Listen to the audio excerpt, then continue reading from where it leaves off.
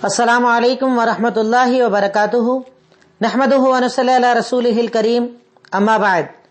الحمدللہ دعوت و تبلیغ کی آج کلاس نمبر 59 ہے، جس میں ٹاپک چل رہا ہے ارکان اسلام کے اوپر۔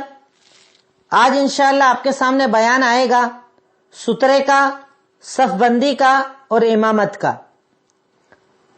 کل میں نے آپ کے سامنے ان وقتوں کا تذکرہ کیا جس میں نماز پڑھنا جائز نہیں ہے۔ پھر میں نے آپ کو اذان کے کچھ احکامات بتائے، اذان کی فضیلت بتائی، اذان کے کلمات بتائے۔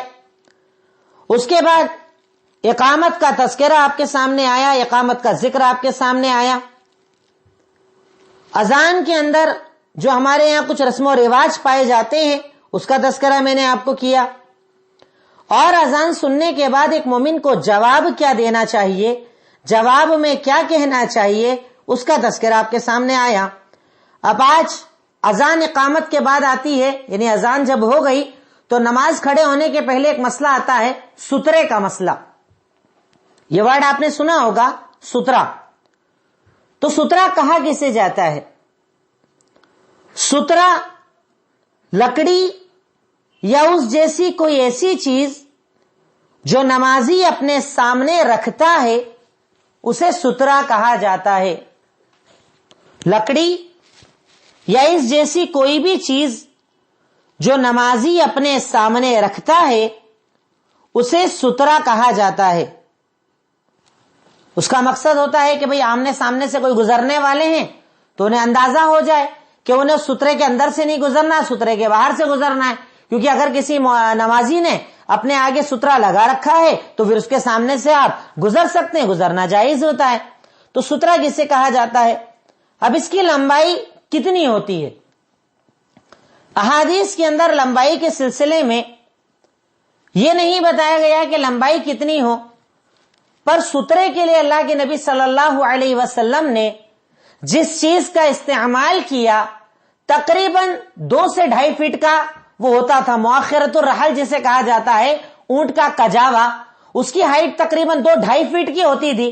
تو تقریباً اتنی بڑی کوئی چیز ہونا چاہیے، 2-2.5 فٹ، 2.5 فٹ، 2.5 سے 3 فٹ کے بیچ میں تقریباً کوئی چیز ہو، یا تو کوئی لکڑی ہو، یا تو کوئی لوہا ہو، یا کرسی ہو، کوئی بھی چیز ایسی جسے ہم سترا بنا کر اپنے سامنے رکھ سکتے ہیں۔ تو سترے کی لمبائی آپ لکھیں تقریباً 2.5 سے 3 فٹ کے بیچ میں ہونا چاہیے۔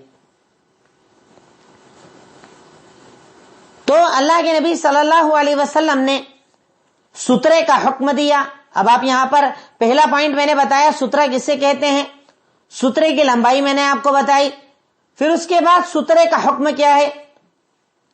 تو سترے کا حکم یہ ہے کہ سترا اگر آپ اکیلے نماز پڑھ رہے ہیں تب بھی، اور جماعت سے نماز پڑھ رہے ہیں تب بھی، اکیلے ہیں تو اپنے سامنے اور جماعت میں ہے تو امام کے سامنے سترا ہونا ضروری ہے۔ آپ اکیلے نماز پڑھیں تب بھی اور جماعت سے نماز پڑھیں تب بھی، بس فرق یہ ہے کہ اکیلے پڑھیں گے تو اپنے سامنے رکھنا ہے، اور جماعت میں ہے تو بس صرف امام کو اپنے سامنے سترا رکھنا ہوگا تاکہ گزرنے والا اس سترے کے بعد سے گزرے، سترے کے اندر سے نہ گزرے۔ دلیل اللہ کے نبی اسلام کا فرمان، سنن ابو داؤد حدیث نمبر 598، لا تصلی الا الی سترہ، جب بھی نماز پڑھ سترا کے سامنے نماز پڑھے، یعنی سترا ہونا چاہیے۔ جب بھی نماز پڑھ سترے کے سامنے نماز پڑھ۔ تو سترا ضروری ہے۔ کئی لوگ ہمارے یہاں پر اس سلسلے کے اندر غفلت برتتے ہیں، صفوں کے اینڈ میں جا کر کھڑے ہو جائیں گے، چوتھی صف میں کھڑے ہو جائیں گے، تیسری صف میں کھڑے ہو جائیں گے، اب نکلنے والوں کو ان کے سامنے سے گزرنا پڑتا ہے۔ تو آدمی کوشش کرے یا تو کسی پلر کے پیچھے کھڑا ہو جائے، اپنے آگے سترا، آج کل تو ماشاءاللہ مسجدوں کے اندر سترے بنا کر رکھنے لگ گئے ہیں، لوہے کے بنا لیتے ہیں، لکڑی کے بنا لیتے ہیں، تو ایسا اگر سترا رکھا ہوا ہے تو سترے کا استعمال کرے، نہیں تو کم سے کم اتنا تو آدمی کرے کہ بنا سترے کے نماز نہ پڑھے، کیونکہ بنا سترے کے نماز پڑھنے سے اللہ کے نبی صلی اللہ علیہ وسلم نے منع فرمایا ہے، آپ نے اس سے روکا ہے۔ اس لیے جب بھی نماز پڑھیں آپ کو سترے کے سامنے ہی نماز پڑھنا چاہیے۔ اب یہاں پر ایک مسئلہ لکھ لیں کہ اگر آپ امام کے پیچھے ہیں تو امام کا سترا آپ کے لیے کافی ہے۔ اگر آپ امام کے پیچھے ہیں تو امام کا سترہ آپ کے لیے کافی ہے. جیسے اب اکیلے نماز پڑھ رہے ہیں تو آپ کو پرسنلی اپنے سامنے سترہ رکھنا ہوگا, ایک لکڑی کو رکھنا ہوگا. کہاں پر رکھتے ہیں اس کو؟ سجدے کی جگہ پر, یعنی جہاں تک آپ سجدہ کرتے ہیں نا اس کے جسٹ بعد میں رکھا جاتا ہے سترے کو. آپ چاہیں تو یہ جگہ یہ بھی لکھ لیں کہ سترہ کہاں رکھا جاتا ہے. تو سترہ سجدے کی جگہ کے ذرا سا آگے رکھا جاتا ہے. تو اب سترہ آپ نے رکھ لیا, آپ نماز پڑھ رہے ہیں, اکیلے ہیں تو رکھنا پڑے گا. اب اگر آپ جماعت سے ہیں, امام کے پیچھے نماز پڑھ رہے ہیں, تو امام کا سترہ مقتدیوں کے لیے کافی ہے. اگر امام نے سترہ رکھ رکھا ہے, آپ پیچھے جماعت میں ہیں اور کوئی مجبوری پڑ جائے تو صف کے 20 سے آپ گزر سکتے ہیں, کیونکہ امام کا سترہ ان کا سترہ ہو گیا. اب اگر 20 سے بھی گزر جائیں تو اس پر گناہ نہیں ہوگا. تو مقتدیوں کے لیے امام کا سترہ کافی ہے. اگر امام نے سترہ رکھ رکھا ہے تو آپ چلتی جماعت میں بھی صف کے اندر بھی اگر مجبوری پڑ جائے تو گزر سکتے ہیں. اس کی دلیل صحیح مسلم حدیث نمبر 788. صحیح مسلم حدیث نمبر 788 جس میں ذکر ہے کہ امام کا سترہ مصلیوں کا سترہ ہے یا مقتدیوں کا سترہ ہے. امام کا سترہ مقتدیوں کا سترہ ہے. تو سترے کے لیے یہ لازم ہے کہ اگر امام نے سترہ رکھا ہے تو مقتدیوں کو الگ سے رکھنے کی ضرورت نہیں ہے. اگر اکیلے نماز پڑھیں گے تو آپ کو رکھنا پڑے گا. اگر امام نے سترہ لے رکھا ہے اور آپ صف میں سے گزر گئے تو آپ پر کوئی گناہ نہیں ہوگا, کیونکہ امام کا سترہ مقتدیوں کا سترہ ہے. اب اس کے بعد ایک پوائنٹ یہ ہے, نماز پڑھنے والے کے سامنے سے گزرنا حرام ہے. نماز پڑھنے والے کے سامنے سے گزرنا حرام ہے. اس کی دلیل صحیح بخاری حدیث نمبر 480. بہت بڑی روایت ہے, بہت بڑی روایت. اس کے بارے میں غور کرنا چاہیے ہمیں. اللہ کے نبی صلی اللہ علیہ وسلم نے ارشاد فرمایا, لو یعلم المار بین یدی المصلی ماذا علیہ لکان ان یقف 40 خیر له من ان یمر بین یدیہ. نمازی کے سامنے سے گزرنے والا اگر اس گناہ کو جان لے جو اس عمل کی بنیاد پر اسے ملنے والا ہے تو وہ 40 سال رک جائے گا پر کسی نماز پڑھنے والے کے سامنے سے نہیں گزرے گا. نماز پڑھنے والے کے سامنے سے گزرنے والا اگر اس عذاب کو جان جائے جو اس پر ہوگا تو وہ 40 سال رکنا پسند کرے گا پر نمازی کے سامنے سے گزرنا پسند نہیں کرے گا. بہت بڑی بات ہے. گرچہ اس حدیث میں 40 کا لفظ ہے. اب 40 سے مراد 40 دن بھی ہو سکتے ہیں, 40 گھنٹے بھی ہو سکتے ہیں, 40 ہفتے بھی ہو سکتے ہیں, 40 مہینے بھی ہو سکتے ہیں, 40 سال بھی ہو سکتے ہیں.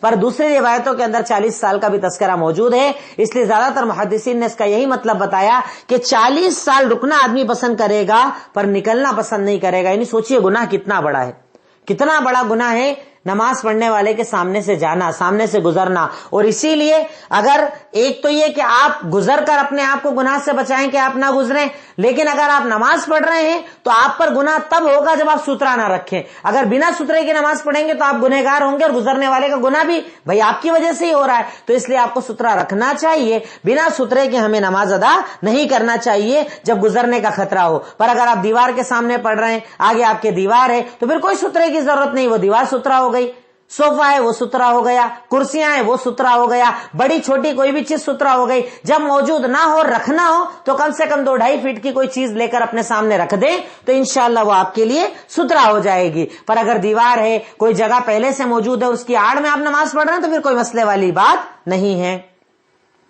تو ایک بات یہ پتہ چلی کہ سترہ رکھنا ضروری ہے. سترہ کہاں کسے جاتا ہے, اس کی لمبائی کتنی ہونا چاہیے, مقتدیوں کو الگ سے سترہ رکھنا ہے, امام کا سترہ کافی ہے, اور سامنے سے گزرنے کا عذاب کیا ہے, یہ سترے کے احکامات میں نے مختصر میں آپ کو بتا دیے. اب اس کے بعد جب نماز شروع کرتے ہیں تو بات آتی ہے صف بندی. یہ اگلا ٹاپک ہے آج ہمارا. سترہ پہلا ٹاپک تھا, دوسرا ٹاپک ہے صف بندی. صف کیسی بنائی جائے، صف کا طریقہ کیا ہو، صف کسے کہا جاتا ہے؟ تو سب سے پہلی چیز تو آپ یہ لکھیں، بنا صف سیدھے کیے نماز نہیں ہوتی۔ آپ دیکھیے گا کئی جگہ لوگ نماز پڑھتے ہیں جماعت سے، ایک آگے ایک پیچھے، پیر ملا نہیں ملا، کدھر ادھر کہیں بھی کھڑے ہو جاتے۔ آپ کیا سمجھتے ہیں نماز ہو جائے گی؟ کیونکہ نماز تبھی ہوتی ہے جب صف صحیح ہوتی ہے، اگر صف غلط ہو تو نماز نہیں ہوتی ہے۔ صف کے لیے، نماز کے لیے صف بندی کرنا ضروری ہے۔ اس کی دلیل لکھ لیں آپ، صحیح بخاری حدیث نمبر 680، اللہ کے نبی صلی اللہ علیہ وسلم کا فرمان، سووا صفوفکم فإن تسویۃ الصفوف من تمام الصلاۃ۔ ایک اس پر میں بات یاد آئی مجھے، میں آپ کو بتاؤں۔ ہمارے ایک ہندوستانی بھائی ایک مرتبہ حج کرنے کے لیے آئے، میں نے ان سے ذکر کیا کہ نماز کے لیے آپ لوگ جو نیت کرتے ہیں نا، وہ نیت صحیح نہیں ہے۔ آپ منہ سے بولتے ہیں منہ میرا قبلے کی طرح، پیچھے امام کے دائیں، یہ بائیں، وہ اتنی رکعت، وہ جو نیت آپ کرتے ہیں وہ نیت صحیح نہیں ہے۔ نیت کے لیے بس دل کا ارادہ ہونا چاہیے۔ اب وہ مکہ ہے تو انہوں نے کہا رہے آپ بول رہے ہو، دیکھو یہاں بھی تو نیت ہو رہی ہے۔ تو بولا نیت ہو گئی؟ بولا ہاں، نماز کے پہلے نیت کرتے امام۔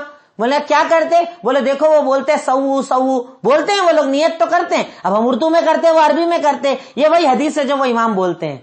کبھی آپ میں سے بھی کسی نے اتفاق کیا ہو، کسی عرب کو نماز پڑھتے دیکھا ہو تو پہلے یہ جملہ بولتے ہیں، اور الحمدللہ اپنی مسجدوں میں اردو میں جملہ بولا جاتا ہے کہ سووا صفوفکم، اللہ کے نبی صلی اللہ علیہ وسلم کا فرمان، صفوں کو سیدھا کرو، کیونکہ صفوں کو سیدھا کرنا ہی نماز کو سیدھا کرنا ہے۔ یہ جملہ وہ لوگ بولتے ہیں، سووا صفوفکم، سووا واعتدلوا، سووا صفوفکم، یہ بولتے ہیں عربی، یعنی عرب میں خاص طور سے حرم میں نماز پڑھانے والے جملہ بولتے ہیں، صفیں سیدھی کرو، صفوں کو سیدھا کرو، قدم سے قدم ملاؤ، کیونکہ صفیں سیدھی ہوتی ہے تبھی نماز صحیح ہوتی ہے، یہ جملہ بولتے ہیں وہ۔ تو اس جملے کو کئی لوگ ہمارے نیت سمجھ لیتے ہیں۔ تو یہ وہی لفظ میں نے آپ کو بتایا کہ صف بندی کے اصولوں میں سے ہے کہ اگر آپ جماعت سے نماز پڑھ رہے ہیں، ایک ساتھ نماز پڑھ رہے ہیں، تو امام کی ذمہ داری ہوتی ہے کہ پہلے وہ صفوں کو سیدھا کروائے گا، اس کے بعد نماز شروع کرے گا، کیونکہ اللہ کے نبی صلی اللہ علیہ وسلم جب بھی نماز کھڑی کرتے، جماعت سے نماز پڑھاتے، تو یہ حدیث ہمارے سامنے دلیل ہے کہ اللہ کے نبی صلی اللہ علیہ وسلم نے ارشاد فرمایا اپنی صفوں کو سیدھا کرو، کیونکہ نماز تبھی صحیح ہوتی ہے جب صف سیدھی ہوتی ہے۔ صحیح بخاری حدیث نمبر 680۔